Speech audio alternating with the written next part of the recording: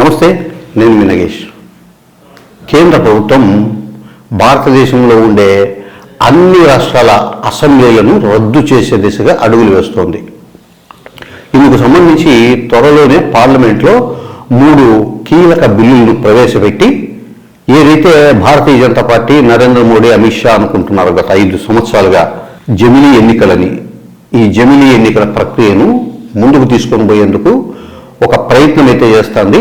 రాష్ట్రాలకు ఇష్టం ఉన్నా లేకపోయినా ఆ రాష్ట్ర ప్రభుత్వాల పదవీ కాలం 6 నెలలున్నా, సంవత్సరం ఉన్నా, 2 ఏళ్ళున్నా, 3 ఏళ్ళున్నా ఆ రాష్ట్ర ప్రభుత్వాలను రద్దు చేసి వన్ నేషన్ వన్ ఎలక్షన్ అనే ఒక బిల్లు తీసుకొని వచ్చి బలవంతంగానైనా దేశంలో అన్ని రాష్ట్రాల అసెంబ్లీలకు, పార్లమెంటుకు ప్లస్ కేంద్ర ప్రభుత్వ ఆధీనంలో నడిచే ఈ ఢిల్లీ, పుదుచ్చేరి ఇట్లాంటి రాష్ట్రాల అసెంబ్లీలకు కూడా ఒకేసారి ఎన్నికలు నడిపేదానికి ప్రయత్నం అయితే గట్టి ప్రయత్నం ప్రారంభించింది.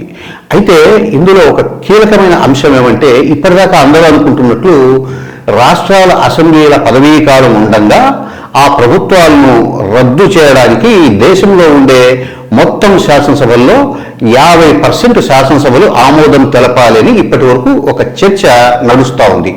ఈ చర్చ నేపథ్యంలో అన్ని రాజకీయ పార్టీలు అందరూ ఏమనుకున్నారంటే 50% అసెంబ్లీలు మా పదవీ కాలాన్ని వదులుకుంటామని, జమిలీ ఎన్నికలు జరపాలని గ్రీన్ సిగ్నల్ ఇచ్చే అవకాశం లేదు, అందువల్ల జమిలీ ఎన్నికలు అనేవి కేవలం ఊహల్లో మాత్రమే ఉంటాయి, ఆచరణలోకి రావు అని చెప్పి అనుకున్నారు. అయితే మాజీ రాష్ట్రపతి శ్రీ రామ్నాథ్ కోవింద్ గారి నేతృత్వంలో ఈ జమిలీ ఎన్నికలకు సంబంధించి ఏర్పాటైన అధ్యయన కమిటీ కేంద్ర ప్రభుత్వానికి కొన్ని సూచనలు చేసింది. కొన్ని రాజ్యాంగంలోని ఆర్టికల్స్ను సవరిస్తే ఈ జమిలీ ఎన్నికల నిర్వహణ అనేది జరగవచ్చు అని చెప్పేసి కొన్ని కీలక సూచనలు చేసింది. ఈ సూచనల ఆధారంగానే న్యాయపరమైన అంశాలని చర్చించి భవిష్యత్తులో కూడా న్యాయపరమైన అడ్డంకులన్నీ రాకుండా కేంద్ర ప్రభుత్వం ఏం చేస్తుందంటే చట్టంలో కీలకమైన 3 మార్పులు చేయబోతోంది.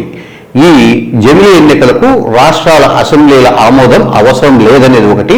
ఒకవేళ వన్ నేషన్ వన్ ఎలక్షన్లో భాగంగా జమిలీ ఎన్నికలు జరిగి ఏదైనా రాష్ట్రంలో ఏ పార్టీకి స్పష్టమైన మెజార్టీ రాకుండా ప్రభుత్వాన్ని ఏర్పాటు చేసే అవకాశం ఆ రాష్ట్రంలో లేకపోతే ఏమి చేయాలి అనేది ఇప్పుడు ఒక ప్రశ్న. అలాగే కేంద్ర ప్రభుత్వంలో కూడా పార్లమెంటు, లోక్సభకు ఎన్నికలు జరిగి ఏ పార్టీకి, ఏ కూటమికి స్పష్టమైన మెజార్టీ రాకపోతే ఏం చేయాలి? ఈ 2 కీలకమైన అంశాలకు పరిష్కార మార్గం చూపగలిగితే ఈ జమిలీ ఎన్నికల ప్రక్రియను ఇంకా వేగంగా ముందుకు తీసుకుపోయేదానికి మార్గం సుగమం అవుతుందని చెప్పేసి న్యాయ కోవిదులు చెబుతున్నారు. అయితే నరేంద్ర మోడీ, అమిత్ షా చాలా గట్టిగా ఉన్నారు కాబట్టి ఎవరికి ఇష్టం ఉన్నా ఇష్టం లేకపోయినా చట్టాన్ని మార్పు చేసి జమిలీ ఎన్నికల ప్రక్రియను ఖచ్చితంగా జరిపిస్తారనేది స్పష్టంగా తెలుస్తోంది.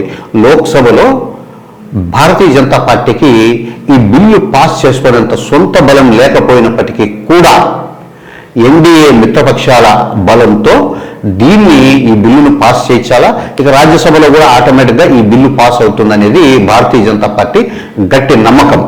ఒకవేళ ఎవరైనా ఎన్డీఏ కూటమిలో ఉండే 2-3 పార్టీలు ఈ బిల్లును వ్యతిరేకిస్తూ అది ఇది అటు ఇటు పోయే అవకాశం ఉన్నప్పటికీ కూడా వాళ్ళను నయానో భయానో దారికి తెచ్చుకోవడం, ఇక కాంగ్రెస్ నేతృత్వంలోని ఎన్డీఏ కూటమిలో ఉండే కొన్ని భాగస్వామ్య పక్షాల మద్దతు కూడా తీసుకొని ఎన్నికలకు వెళ్ళాలనేది అమిత్ షా, నరేంద్ర మోడీ ప్లాన్.